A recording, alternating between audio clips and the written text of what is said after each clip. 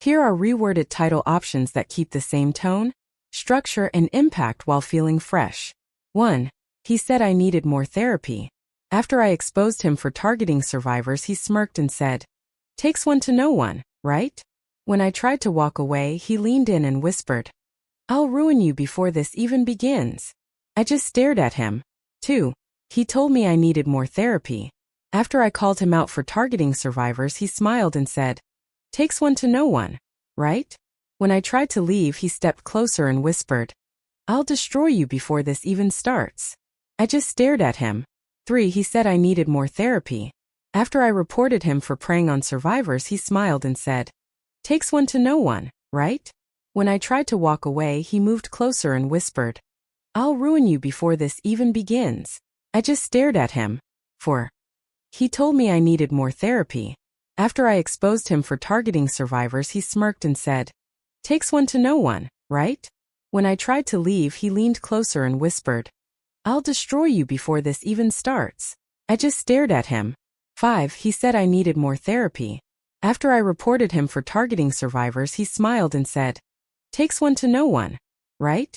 When I tried to leave, he stepped in and whispered, "I'll ruin you before this even begins." I just stared at him. If you want, I can also make shorter viral versions or high CTR YouTube titles, under 100 characters. Fire. Hook asterisk. Can you imagine someone, after you've just exposed their monstrous secrets, looking you dead in the eye and whispering, "I'll ruin you before this even starts"? Because that's what he said to me. And for months, honestly, I genuinely believed he would. This whole nightmare began when I was about 6 months into my new job at a private therapy clinic. I was still finding my footing, you know? And that's when I started noticing some off things about Dr. Buster. He was this charismatic, well-respected therapist, published in major journals, ran workshops on trauma. The other therapists practically worshipped him. Everyone loved Buster. Everyone apparently but me. I'd see him getting these personal texts during patient sessions. Not just casual texts, but ones that made him smile in this really unsettling way. One day he left his phone on the counter, and I just happened to catch a glimpse. It was an intimate photo saved under Kelsey B. And I knew Kelsey B.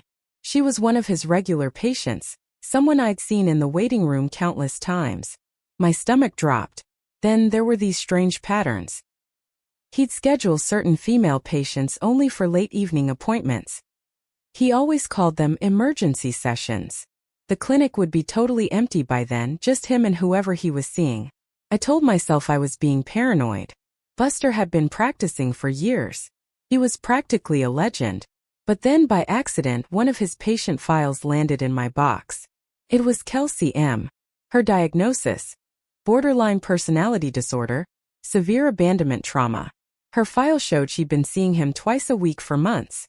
That struck me as incredibly excessive for someone who should have been making some kind of progress, shouldn't it? A week later, I heard crying. Deep, heart-wrenching sobs from the women's bathroom. It was Kelsey. She kept repeating, "I'm not special to him anymore," over and over like a broken record. When she finally came out, her eyes were so red and swollen. She saw me, her gaze just locked onto mine for a second, and then she bolted. Ran right out of the building. My gut was screaming. Not long after, another patient, Jennifer, suddenly switched to my caseload. During our intake, she mentioned she'd been seeing another therapist at our clinic, but wanted a change. When I asked why, she just got this incredibly quiet, distant look. She mumbled something about uncomfortable dynamics, but refused to elaborate. I noticed she physically tensed up whenever anyone even mentioned Dr. Buster. That's when I really started digging. I stayed late one night doing paperwork and started looking at billing patterns. And what I found, it was sickening. Buster was charging insurance for these long, intensive therapy sessions. But the building security logs showed him leaving hours after those patients arrived. It didn't make any sense. Then during my third session with Jennifer, everything just exploded. She broke down completely. Sobbing, shaking. She confessed that Buster had initiated a physical relationship with her while he was treating her for trauma. She even showed me the text messages.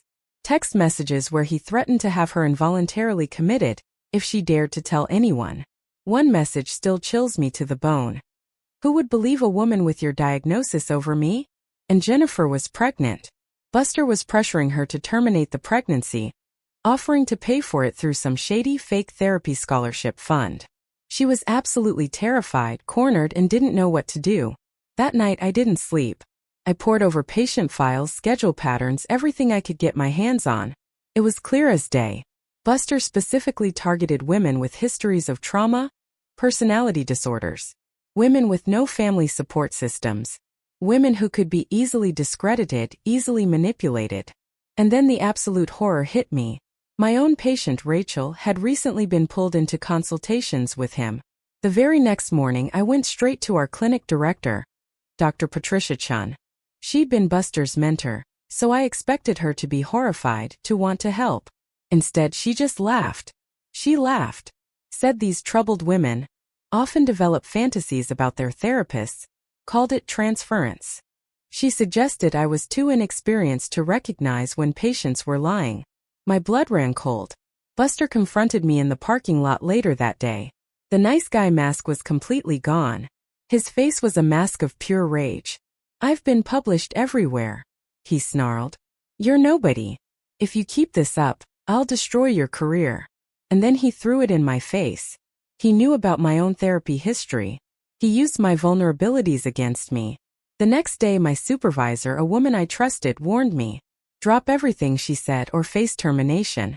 The whole clinic, the people I worked with, they were protecting him. It was a suffocating, sickening realization.